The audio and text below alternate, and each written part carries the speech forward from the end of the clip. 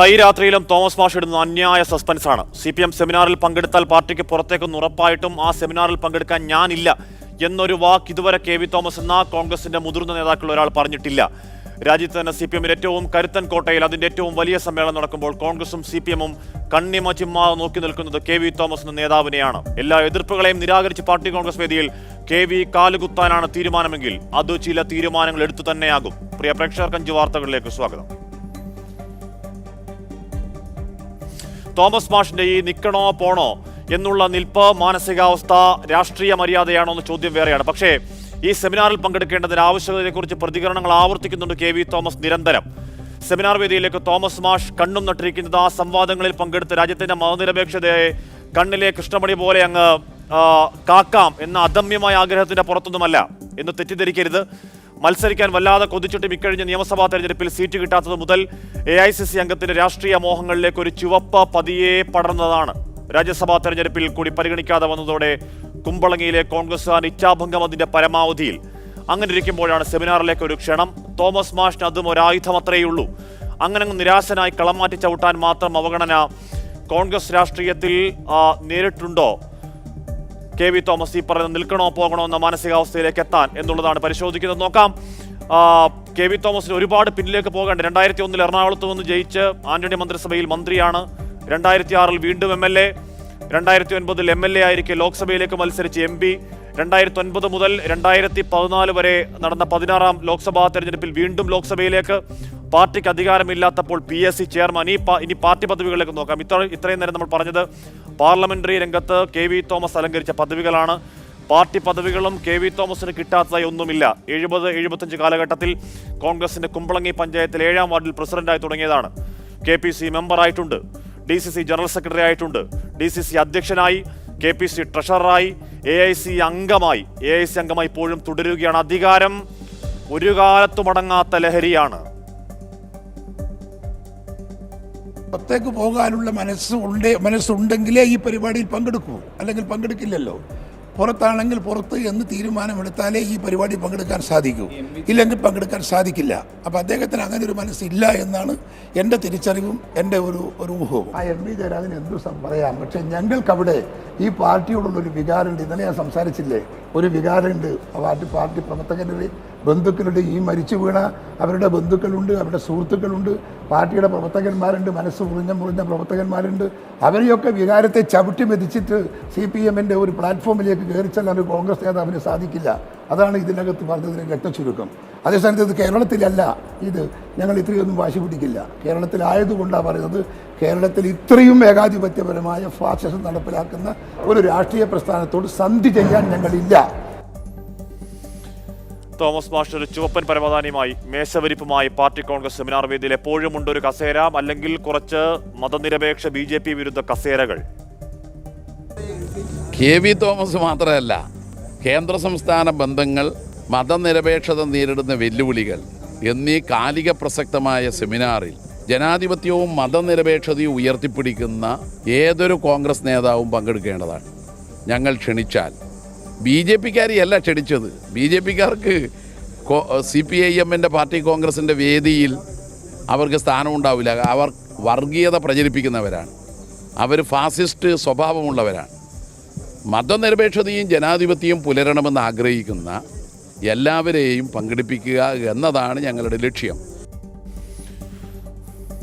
Thomas മാഷ് ഇങ്ങനെ നിൽക്കണോ പോണയോ വേണ്ട എന്നുള്ള മാനസികാവസ്ഥയിൽ നിൽക്കുമ്പോൾ പൊട്ടൻ ആനയെ കണ്ട കാര്യമൊക്കെ മണിയാശാനും പറയുന്നുണ്ട്.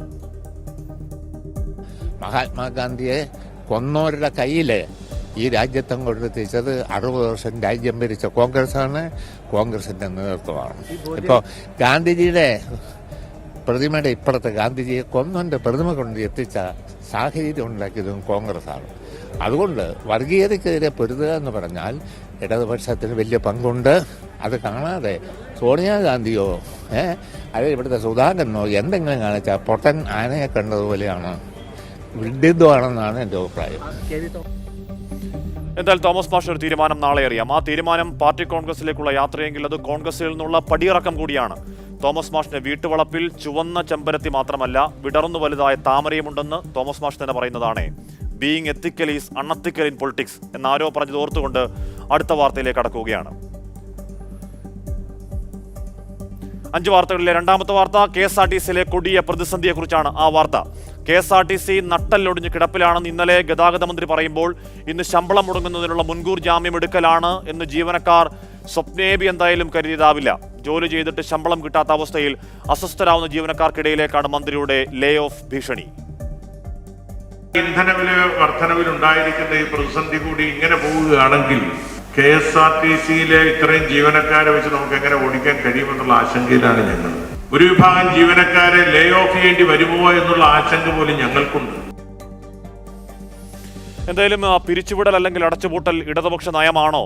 ഇടതുപക്ഷ സർക്കാരിലെ ഇടതുപക്ഷ ഗതാഗത മന്ത്രി എന്ന് രോഷാകുൽ രായ് ചോദിക്കുന്നുണ്ട്. രാഷ്ട്രീയ ഭേദമന്യേ തൊഴിലാളി സംഘടനകൾ. ലേ ഓഫ് LDF ഗവൺമെന്റ് നയമല്ല എന്ന് ബഹുമാനപ്പെട്ട കേരളത്തിന്റെ മുഖ്യമന്ത്രി വളരെ മുൻകൂട്ടി തന്നെ ഇത്തരം ഒരു വിവാദം KSRTCക്കകത്ത് ഉടലെടുത്തപ്പോൾ തന്നെ സൂചിപ്പിച്ചിട്ടുണ്ട്. ശമ്പളം നൽകണമെങ്കിൽ ലാഭത്തിലാവണം എന്നൊരു നിലപാട് സ്വീകരിച്ചിരുന്നുവെങ്കിൽ KSRTC കഴിഞ്ഞ 4 നൂറ്റാണ്ടായിട്ട് ശമ്പളം കിട്ടില്ലല്ലോ. KSRTC ജീവനക്കാർ ഓടിപൊളിച്ചിറങ്ങി വന്നവരല്ല. ഇവിടെ ജോലി ചെയ്യുന്ന ജീവനക്കാർക്ക് ശമ്പളം കൊടുക്കാൻ സർക്കാർ നഷ്ടമാണെന്ന് വിളിക്കുന്നത് തന്നെ KSRTC ജീവനക്കാരെ സമൂഹത്തിന് മുന്നിൽ അപമാനിക്കുന്നതിന് തുല്യമാണ്. സ്ഥാപനത്തിൽ 2 വർഷം അദ്ദേഹം മന്ത്രിയാണ്. അദ്ദേഹം ഈ സ്ഥാപനത്തെ നന്നാക്കിയെടുക്കാനും പുതിയ ബസ് ഇറക്കാനും പുതിയ റൂട്ട് ഇറക്കാനുമാണ് അദ്ദേഹം ശ്രമിക്കേണ്ടത്. അതിന് പകരം ഈ സ്ഥാപനം ഞാൻ വിചാരിച്ചാൽ നന്നാവില്ല, ഇത് പൂട്ടിക്കേണ്ടതാണ്, പിരിച്ചുവിടേണ്ടതെന്ന് പറഞ്ഞാൽ ഇത് KSRTC നിലനിർത്തേണ്ടത് തൊഴിലാളികളെ മാത്രം ആവശ്യമല്ല, പബ്ലിക്കിന്റെ ആവശ്യമാണ്. ഡീസൽ വളരെ ബൾക്ക് പർച്ചേസർ എന്ന ലേബൽ ഉൾപ്പെടുത്തിക്കൊണ്ട് നമുക്ക് 27 രൂപ ഒരു ലിറ്റർ ഡീസലിന് വർദ്ധിപ്പിച്ചാണ് ഇപ്പോൾ നമ്മൾ വാങ്ങിക്കൊണ്ടിരിക്കുന്നത്. ഒരു കാരണവശാലും നമുക്ക് ഇപ്പോഴുള്ള ഈ പ്രതിസന്ധി തരണം ചെയ്യുന്ന രീതിയിലല്ല ഈ കാര്യങ്ങൾ മുന്നോട്ട് പോയിക്കൊണ്ടിരിക്കുന്നത്. ഈ കഴിഞ്ഞ ഇടതുപക്ഷ സർക്കാർ 1ാം പിണറായി സർക്കാരിൻ്റെ കാലത്ത് നമുക്കിതുവരെ ശമ്പളം കൃത്യമായിട്ട് കിട്ടിയിട്ടില്ല. സുശീൽ ഖന്ന റിപ്പോർട്ടിൻ്റെ അടിസ്ഥാനത്തിൽ നടപ്പാക്കിയ KSRTCയിലെ പരിഷ്കാരങ്ങളെല്ലാം വമ്പൻ പരാജയമായിരുന്നു. സർക്കാർ മാനേജ്മെൻറ്റും തൊഴിലാളികളോട് ആലോചിക്കാതെ ഏകപക്ഷീയമായി നടപ്പാക്കിയ മുഴുവൻ പരിഷ്കാരങ്ങളും പരാജയപ്പെട്ടു. KSRTC മാത്രമേ ഉള്ളൂ നമുക്ക് ആശ്രയിക്കാനായിട്ട്, വേറൊന്നുമില്ല, പ്രൈവറ്റ് ആയില്ലേ. പൂട്ടിയ പ്രശ്നമുണ്ട്, നമുക്ക് ആകപ്പാടുള്ള ഇതല്ലേ ഉള്ളൂ. എന്തായാലും കേരളത്തിലെ ഏറ്റവും വലിയ പൊതുമേഖലാ സ്ഥാപനത്തിന്റെ കെട്ടകാലം ഇന്നോ തുടങ്ങിയതല്ല. എല്ലാ കാലവും ഏതാണ്ട് മിക്ക സമയത്തും കട്ടപ്പുറത്ത് തന്നെയാണ് ആനവണ്ടി. പക്ഷേ ഇപ്പോൾ പ്രതിസന്ധി രൂക്ഷമാകാനുള്ള കാരണം നീതിരഹിതമായ ഇന്ധന വില വർധന തന്നെയാണ്. നമ്മൾ 1 ലിറ്റർ ഡീസലിന് നൽകുന്നത് 105 രൂപയെങ്കിൽ പ്രേക്ഷകർ കാണുന്നത് പോലെ പ്രതിസന്ധികളുടെ KSRTC എന്നുള്ള ചിത്രാവിഷ്കാരമാണ്. 105 രൂപയാണെങ്കിൽ KSRTC ബൾക്ക് സബ്സ്ക്രിപ്ഷൻ നൽകേണ്ടത് 127 രൂപയാണ്. അല്ലെങ്കിൽ തന്നെ പണമില്ലാത്തപ്പോൾ ഈ അധിക പണം കണ്ടെത്തൽ KSRTCക്ക് ഒരു ഹെർക്കൂലൻ ടാസ്ക് എന്ന് പറയാതെ വയ്യ. ലോക്ക്ഡൌണിന് മുൻപ് 6000-നടുത്ത് ബസ്സുകൾ സർവീസ് നടത്തിയെങ്കിൽ ഇപ്പോഴത് 3000-ലേക്ക് ചുരുങ്ങിയിരിക്കുന്നു. കോവിഡ് പ്രതിസന്ധി കാരണം ചുരുങ്ങി. പുതിയ ബസ്സുകളില്ല, പുതിയ റൂട്ടുകളില്ല, പുതിയ പരിഷ്കാരങ്ങൾ.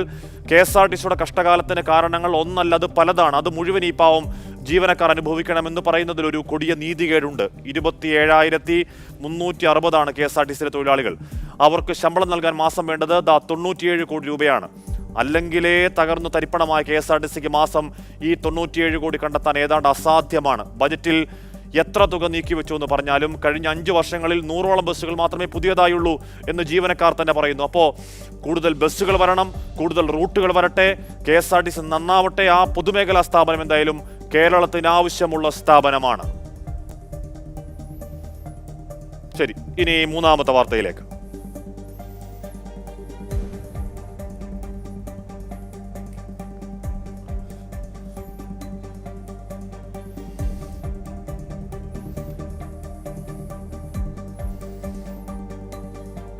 അഴിമതിക്ക് കൂട്ടുനിൽക്കാത്തതുകൊണ്ട് ഒറ്റപ്പെടുത്തൽ, കൊടിയ മാനസിക പീഡനം, പിന്നാലെ ആത്മഹത്യ എന്നുള്ളതാണ് കോഴിക്കോട് നിന്ന് കേൾക്കുന്നത്. ആ വാർത്തയിലേക്ക് പോകാം. വയനാട്ടിൽ നിൽക്കുന്ന ആ വാർത്തയിലേക്ക് പോകാം. ഇന്ന് രാവിലെയാണ് ഭിന്നശേഷിക്കാരിയായ സിന്ധുവിനെ ഇള്ളുമന്തത്തെ വീട്ടിൽ തൂങ്ങിമരിച്ച നിലയിൽ കണ്ടെത്തിയത്. സിന്ധുവിന്റെ ആത്മഹത്യക്ക് കാരണം RT ഓഫീസ് ജീവനക്കാരുടെ മാനസിക പീഡനമാണെന്ന് കുടുംബാംഗങ്ങൾ ആരോപിച്ചു. കൈക്കൂലി വാങ്ങാത്തത് കാരണം സിന്ധുവിനെ ഒറ്റപ്പെടുത്താൻ ശ്രമിച്ചതായാണ് ആരോപണം. ജോലി നഷ്ടപ്പെടുമെന്ന സിന്ധു ഭയപ്പെട്ടിരുന്നതായി സഹോദരൻ നോബിൾ പറഞ്ഞു.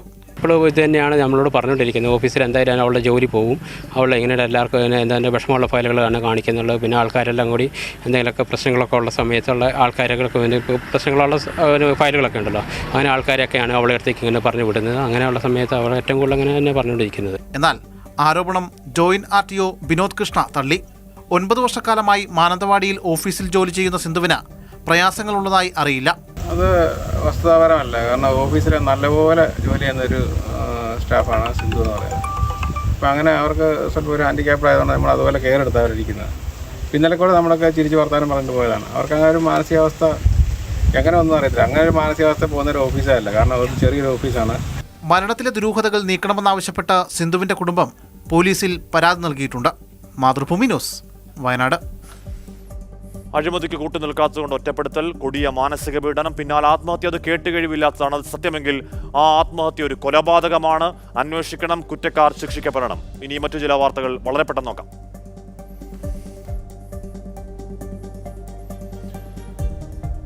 കേരളത്തിലെ ഒഴികെ രാജ്യത്ത് എല്ലായിടത്തും പാർട്ടിയുടെ വളർച്ച താഴോക്കാണെന്ന് CPM സംഘടനാ റിപ്പോർട്ട്. പാർട്ടി രൂപീകരണ കാലത്തിന് ശേഷം നേരിടുന്ന ഏറ്റവും വലിയ പ്രതിസന്ധിയാണിത്. ഇത് മറികടക്കുന്നതിനായി പാർട്ടി കോൺഗ്രസ് അംഗീകരിക്കുന്ന നയങ്ങളും കടമകളും നടപ്പാക്കണമെന്നും റിപ്പോർട്ടിൽ നിർദ്ദേശം. KCB-യിൽ വിലക്ക് ലംഘിച്ച് സമരം ചെയ്ത ഇടത് സംഘടനാ നേതാവിനെ മാനേജ്മെന്റ് സസ്പെൻഡ് ചെയ്തു. ഓഫീസേഴ്സ് അസോസിയേഷൻ സംസ്ഥാന പ്രസിഡന്റ് MG സുരേഷ് കുമാറിനെയാണ് സസ്പെൻഡ് ചെയ്തത്. MM മണിയുടെയും AK ബാലന്റെയും പേഴ്സണൽ സ്റ്റാഫ് അംഗമായിരുന്നു MG സുരേഷ് കുമാർ. സംസ്ഥാനത്ത് വേനൽ മഴ കടുത്തു. വിവിധ ജില്ലകളിൽ ശക്തമായ മഴ തുടരുന്നു. കാസർഗോഡ് ഒഴികെയുള്ള എല്ലാ ജില്ലകളിലും മഴ മുന്നറിയിപ്പുണ്ട്. പത്തനംതിട്ടയിലും എറണാകുളത്തും കാലാവസ്ഥാ നിരീക്ഷണ കേന്ദ്രം യെല്ലോ അലർട്ട് നൽകി. തെക്കൻ ആൻഡമാൻ കടലിന് മുകളിൽ ചക്രവാത ചുഴി രൂപപ്പെട്ടു. അടുത്ത 24 മണിക്കൂറിനുള്ളിൽ ചക്രവാത ചുഴി ശക്തി പ്രാപിച്ചു തെക്കൻ കിഴക്കൻ ബംഗാൾ ഉൾക്കടലിൽ ന്യൂനമർദ്ദമായി മാറുമെന്നാണ് പ്രവചനം. മൂവാറ്റുപുഴയിൽ 2 പെൺകുട്ടികളെ വീട്ടിൽ നിറക്കിവിട്ട് വീട് ജപ്തി ചെയ്ത സംഭവത്തിൽ അർബൻ ബാങ്ക് CEO രാജിവെച്ചു. സർക്കാർ നയത്തിന് വിരുദ്ധമായി ജപ്തി നടത്തിയ ഉദ്യോഗസ്ഥർക്കെതിരെ സഹകരണ മന്ത്രി നടപടി ആവശ്യപ്പെട്ടതിന് പിന്നാലെയാണ് ബാങ്ക് CEO ജോസ് കെ പീറ്ററിന്റെ രാജി. പ്രാഥമിക റിപ്പോർട്ടിന്റെ അടിസ്ഥാനത്തിൽ സഹകരണ മന്ത്രി നടപടിക്ക് ഉത്തരവിട്ടിരുന്നു. പ്രതിഷേധങ്ങൾക്കൊടുവിൽ എറണാകുളം അങ്കമാലി അതിരൂപതയിൽ ഏകീകൃത കുർബാന നടപ്പിലാക്കാൻ തീരുമാനം. മാർപ്പാപ്പയുടെ നിർദ്ദേശം അനുസരിക്കണമെന്ന് വിശ്വാസികളോടും വൈദികരോടും ആർച്ച് ബിഷപ്പ് മാർ ആന്റണി കരിയിൽ ആവശ്യപ്പെട്ടു. ഒരുക്കങ്ങൾ പൂർത്തിയാക്കാൻ ക്രിസ്മസ് വരെ സാവകാശം നൽകി. ഈസ്റ്ററിന് മുൻപ് ഏകീകൃത കുർബാനയിലേക്ക് മാറണമെന്നായിരുന്നു മാർപ്പാപ്പയുടെ നിർദ്ദേശം. ശരി, എന്തായാലും ഖത്തർ ലോകകപ്പിന്റെ ആവേശത്തിലേക്ക് ലോകം കടക്കുന്നു. 2ാം ഘട്ട ടിക്കറ്റ് വിൽപ്പന തുടങ്ങിയിരിക്കുകയും ചെയ്യുന്നു. ആ വാർത്തയിലേക്കാണ് വളരെ പെട്ടെന്ന് ഇടവേളയ്ക്ക് ശേഷം.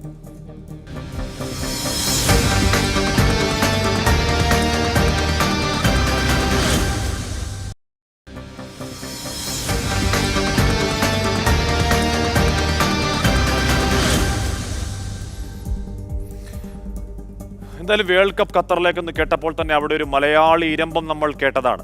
ടിക്കറ്റ് വിൽപ്പന പുരോഗമിക്കുമ്പോൾ ഒരു കാര്യം ഉറപ്പിക്കാം, അൽത്തുമാമ സ്റ്റേഡിയത്തിലും ഖലീഫ സ്റ്റേഡിയത്തിലും അൽബൈത്തിലും ലുസൈലിലും ഒക്കെ നല്ല പച്ച മലയാളത്തിൽ ആവേശാരവങ്ങൾ ഇരമ്പിയാർക്കും.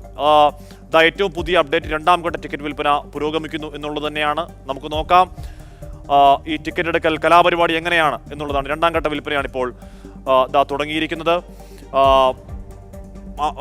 ഇത് ആദ്യഘട്ടത്തിൽ 8,04,186 ടിക്കറ്റുകളാണ് വിറ്റിരിക്കുന്നത്. 3 ഘട്ടങ്ങളിലായി 30 ലക്ഷം ടിക്കറ്റുകളാണ് വിൽക്കാൻ ഉദ്ദേശിക്കുന്നത്. ഓർക്കണം, ആദ്യഘട്ടത്തിൽ ഏകദേശം 1,70,00,000 ആളുകൾ രജിസ്റ്റർ ചെയ്തതെന്നാണ് ഈ പറയുന്ന എത്രയാണ് 8,04,186 ടിക്കറ്റുകൾ വിറ്റിരിക്കുന്നത്. അതുകൊണ്ട് ഇത് കടുത്ത ഭാഗ്യമുള്ളവർക്ക് മാത്രം കിട്ടുന്ന ഒന്നാണെന്ന് കൃത്യമായി പറയാം. നേരത്തെ പറയുന്നത് പോലെ 3 ഘട്ടങ്ങളായി 30 ലക്ഷം ടിക്കറ്റുകൾ വിൽക്കാൻ ഉദ്ദേശിക്കുന്നു.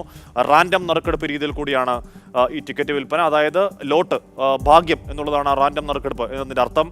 അപേക്ഷകരിൽ നിന്ന് ഭാഗ്യവാന്മാർക്ക് ടിക്കറ്റ് കൺഫേം ആകും. നമ്മുടെ പ്രിയപ്പെട്ടവൻ ജയേഷ് പൂക്കോട്ടൂരൊക്കെ ഭാഗ്യവാന്മാരുടെ പട്ടികയിൽ ഇടം പിടിച്ചുവെന്ന് അല്പം അസൂയോട് മാത്രമേ നമുക്ക് പറയാൻ കഴിയുള്ളൂ. കാരണം ജയേഷിൻ്റെ പ്രിയപ്പെട്ട ടീം അർജന്റീന, സ്പെയിന്, അങ്ങനെ പ്രധാനപ്പെട്ട ഈ ഗ്രൂപ്പ് എയിൽ ടീമുകൾ ഏതൊക്കെയാണെന്ന് അറിയുന്നതിന് മുൻപ് തന്നെ ഈ പറയുന്നത് പോലെ ബുക്ക് ചെയ്തു.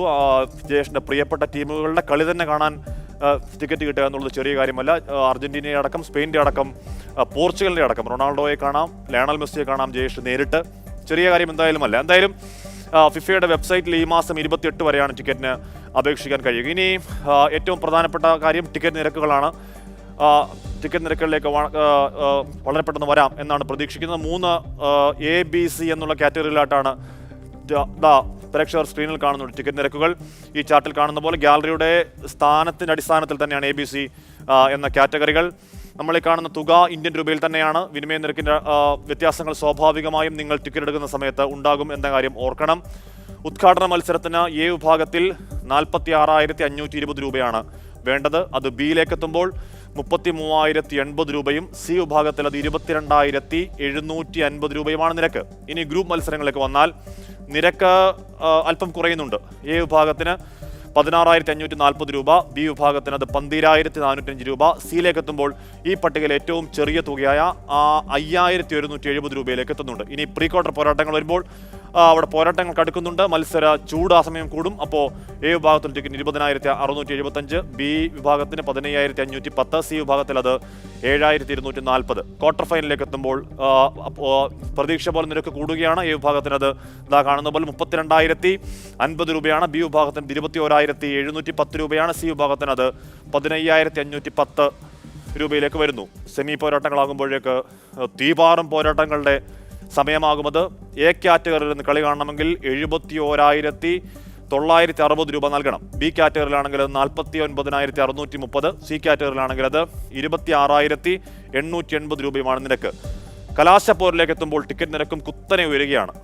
അവിടെ എ കാറ്റഗറിയിൽ 1,20,960 രൂപയാണ് എ കാറ്റഗറിയിൽ ഇരിക്കാൻ നൽകേണ്ടത്. ബി കാറ്റഗറിക്ക് അത് 75,470 രൂപയാണ്, സി കാറ്റഗറിക്ക് അത് 45,490 രൂപയാണ് ആവശ്യം. ഇങ്ങനെയാണ് ടിക്കറ്റ് നിരക്കുകൾ. നേരത്തെ പറഞ്ഞല്ലോ, ആദ്യഘട്ട ടിക്കറ്റ് നിരക്കിൽ, അതായത് ടീമുകൾ സെറ്റാവുന്നതിന് മുൻപുള്ള, അതിൻ്റെ ലൈനപ്പ് ആവുന്നതിന് മുൻപുള്ള ടിക്കറ്റ് വിൽപ്പനയിലാണ് ഈ പറയുന്ന 1,70,00,000 രജിസ്ട്രേഷൻ വരുമ്പോൾ അതിൽ 8 ലക്ഷത്തി ചില്ലുവാനം പേർക്ക് മാത്രം ടിക്കറ്റ് നൽകാനാവുക. രണ്ടാം ഘട്ടത്തിലേക്ക് എത്തുമ്പോൾ ഉറപ്പായും അത് 5 കോടിയോ 10 കോടിയോ പേർ രജിസ്റ്റർ ചെയ്യും. അത്രത്തോളം ഭാഗ്യമുള്ളവർക്ക് മാത്രമേ രണ്ടാം ഘട്ടത്തിൽ കിട്ടൂ. അങ്ങനെ ഓരോ ഘട്ടങ്ങൾ ഇങ്ങനെ കഴിയുമ്പോൾ, ലോട്ടെടുക്കുമ്പോൾ, റാൻഡം നറുക്കെടുപ്പ് രീതിയാകുമ്പോൾ കടുത്ത ഭാഗ്യമുള്ളവർക്ക് മാത്രമേ ഈ പറയുന്ന ഫൈനൽ മത്സരങ്ങളടക്കം നേരിട്ട് കാണാനുള്ള ഭാഗ്യമുണ്ടാകൂ. എന്തായാലും എല്ലാവരും ടിക്കറ്റിന് ശ്രമിക്കുക. വലിയ ഭാഗ്യമുള്ളവർ കൂട്ടത്തിൽ എല്ലാവരും ഉൾപ്പെട്ടെ എന്ന് ആശംസിച്ചുകൊണ്ട് വളരെ പെട്ടെന്ന് തിരികെ എത്താം ഇടവേളയ്ക്ക് ശേഷം.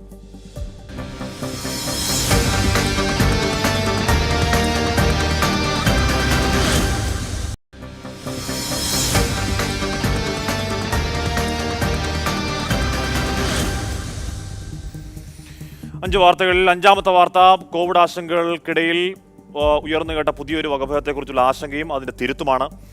ഈ ആശങ്കകളൊക്കെ മാറി ജനം സാധാരണ നിലയിലേക്ക് മാറി വരുന്നതിനിടയിലാണ് പുതിയൊരു ആശങ്കയുടെ വാർത്ത എത്തിയത്. ഇത് മുംബൈയിൽ മറ്റൊരു വകഭേദം എന്നായിരുന്നു ആശങ്ക. എന്നാൽ ജീനോം സീക്വൻസിംഗിൽ പരിശോധനയിൽ അത് ഈ പറയുന്ന XE വകഭേദമല്ല എന്ന് സ്ഥിരീകരിച്ചു എന്നുള്ളതാണ് സന്തോഷ വാർത്ത. ആശ്വാസകരമാണത്. എന്തായാലും എന്താണ് ഈ പറയുന്ന XE എന്നൊന്ന് അറിഞ്ഞിരിക്കൽ നല്ലതാണ്. ഈ B1, BA2 എന്നീ ഒമിക്രോൺ വകഭേദങ്ങളുടെ സംയോജിത രൂപമാണ് ഈ പറയുന്ന XE. ജാഗ്രതയോടെ കാണേണ്ട കാര്യം വ്യാപനശേഷിയിലെ പ്രത്യേകതയാണ്. ഒമൈക്രോണിനേക്കാൾ വ്യാപനശേഷി ഉണ്ട് എന്നാണ് അതിലെ പഠന റിപ്പോർട്ട്. ജനുവരി 19 ബ്രിട്ടനിലാണ് ഈ വകഭേദം ആദ്യം സ്ഥിരീകരിക്കുന്നത്. മരണ തീവ്രത, ഇതുണ്ടാക്കുന്ന ആരോഗ്യ പ്രശ്നങ്ങൾ എന്നിവയെ പറ്റിയും വൈറസിനെ കുറിച്ച് വിശദമായി പഠിച്ചു വരികയാണെന്ന് ലോകാരോഗ്യ സംഘടന വ്യക്തമാക്കുന്നുണ്ട്. ഇതാണോ ഈ വകഭേദമാണോ എന്നുള്ള ആശങ്ക. എന്തായാലും ആശങ്ക വൈകുന്നേരത്തോടുകൂടി മാറുന്നുണ്ട്. മുംബൈയിൽ കണ്ടത് ഈ പറഞ്ഞ XE വകഭേദമല്ല എന്നാണ് അറിയാൻ കഴിയുന്നത്. നിലവിൽ അറിവായ വിവരങ്ങളുടെ അടിസ്ഥാനത്തിൽ കാര്യമായ ആശങ്കകൾ വേണ്ട എന്ന് തന്നെ പറയാം. കൂടുതൽ പഠനങ്ങൾക്കായി കാത്തിരിക്കാം.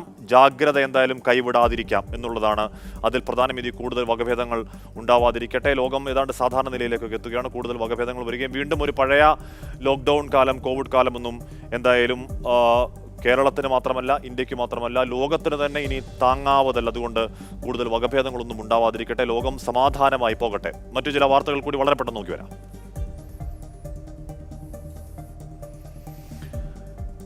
പൊതുതെരഞ്ഞെടുപ്പ് നടത്തുന്നതുമായി ബന്ധപ്പെട്ട് പാക് തെരഞ്ഞെടുപ്പ് കമ്മീഷണർ പ്രസിഡന്റ് ഡോക്ടർ ആരിഫ് ആൽവിയുടെ കത്ത് പാർലമെന്റ് പിരിച്ചുവിട്ട സാഹചര്യത്തിൽ ഭരണഘടന അനുസരിച്ച് 90 ദിവസത്തിനുള്ളിൽ പ്രസിഡന്റ് തെരഞ്ഞെടുപ്പ് തീയതി പ്രഖ്യാപിക്കണം. ഈ സാഹചര്യത്തിലാണ് കത്തയച്ചത്. പാർലമെന്റ് പിരിച്ചുവിട്ട ഇമ്രാൻഖാന്റെ നടപടിയിൽ ഇന്നും സുപ്രീം കോടതിയിൽ വാദം നടന്നു. നാളെ ഒരുപക്ഷെ വിധി ഉണ്ടായേക്കുമെന്നാണ് സൂചന. അറസ്റ്റ് ചെയ്യുന്നവരുടെ രക്തസാമ്പിളുകളും ബയോമെട്രിക് വിവരങ്ങളും ശേഖരിക്കാൻ പോലീസിന് അധികാരം നൽകുന്ന ബില്ല് രാജ്യസഭയും പാസാക്കി. ബില്ല് സെലക്ട് കമ്മിറ്റിയുടെ പരിഗണനയ്ക്ക് വിടണമെന്ന പ്രതിപക്ഷ ആവശ്യം വോട്ടിനിട്ട് തള്ളിയാണ് ബില്ല് പാസാക്കിയത്. 59-നെതിരെ 97 വോട്ടുകൾക്കാണ് പ്രമേയം തള്ളിയത്. മീഡിയ വൺ സംപ്രേഷണ വിലക്ക് ചോദ്യം ചെയ്തുള്ള ഹർജികളുടെ മറുപടി സത്യവാങ്മൂലത്തിൽ ഉള്ളടക്കം തീരുമാനിക്കേണ്ടത് ഉന്നതങ്ങളെന്ന് കേന്ദ്ര സർക്കാർ. ഇതിന് സമയം ആവശ്യമാണെന്നും അതിനാൽ മറുപടി സത്യവാങ്മൂലം ഫയൽ ചെയ്യുന്നതിന് 4 ആഴ്ചത്തെ സമയം കൂടി അനുവദിക്കണമെന്ന് ആവശ്യപ്പെട്ട് കേന്ദ്രം സുപ്രീം കോടതി കത്ത് നൽകി. കേന്ദ്ര സർക്കാർ അഭിഭാഷകനായ അമരീഷ് കുമാറാണ് സുപ്രീം കോടതി രജിസ്ട്രാർക്ക് കത്ത് നൽകിയത്.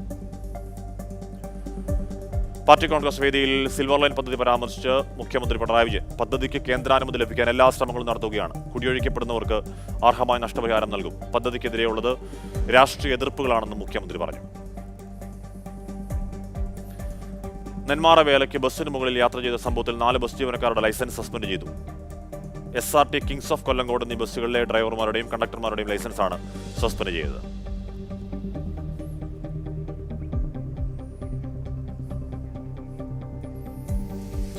അപ്പോൾ ഇതൊക്കെയാണ് 5 വാർത്തകൾ. മറ്റ് പ്രധാനപ്പെട്ട വാർത്തകൾ പ്രേക്ഷകർ കണ്ടത്. ഇതിൽ അപ്പുറമുള്ള വാർത്ത, യുക്രൈനിലെ ബുച്ച എന്നുള്ള സ്ഥലത്ത് വലിയ കൂട്ടക്കുരു നടക്കുന്നു എന്നുള്ള കാര്യം അവിടുത്തെ പ്രസിഡന്റ് വ്ളാഡിമിർ സൊളൻസ്കി തന്നെ ആവർത്തിച്ച് പറയുന്നുണ്ട്. ഈ പറഞ്ഞ ദിവസങ്ങളിലൊക്കെ വലിയ മനുഷ്യക്കുരുതി അവിടെ ഉണ്ട് എന്നതാണ് സൊളൻസ്കിയുടെ പരാതി. കൈകൾ പിന്നിൽ കെട്ടിയിട്ടുകൊണ്ട് ആളുകളെ ടാങ്കിനുകൾ കയറ്റിയിറക്കി കൊല്ലുന്നു എന്നുള്ളതാണ്, വലിയ മനുഷ്യാവകാശ ലംഘനം നടക്കുന്നു എന്നുള്ളതാണ് സൊളൻസ്കിയുടെ പരാതി. അതിനെ തെളിവാക്കുന്ന സാധൂര്യ ചില ദൃശ്യങ്ങൾ കൂടി യുക്രൈൻ പുറത്തുവിടുന്നുണ്ട്. യുദ്ധമുഖമാണതുകൊണ്ട് വാർത്തകളെ പൂർണ്ണമായി അതേ അർത്ഥത്തിൽ വിശ്വസിക്കാൻ കഴിയുമോ എന്നറിയില്ലെങ്കിൽ കൂടിയും ബുച്ചയിൽ നടക്കുന്നത് ഈ സൊളൻസ്കി പറയുന്ന യഥാർത്ഥ സംഭവമാണെങ്കിൽ, യഥാർത്ഥ സംഗതികളാണെങ്കിൽ കടുത്ത മനുഷ്യാവകാശ ലംഘനം റഷ്യ അവിടെ നടത്തുന്നു. സമാധാനപരമായൊരു യുക്രൈൻ, അവിടെ യുദ്ധം എത്രയും പെട്ടെന്ന് മാറട്ടെ. ഇപ്പോൾ തുടങ്ങിയിട്ട് നാളുകൾ കുറേയായാലും ഇപ്പോഴും തുടരുകയാണ്. സമാധാനപരമായ യുക്രൈന് ആശംസിച്ചുകൊണ്ട് 5 വാർത്തകൾ എന്തായാലും പൂർണ്ണമാവുകയാണ്. ഇനി വക്രദൃഷ്ടി കാണാം. ശ്യാമിൽ ചേരും. നമസ്കാരം.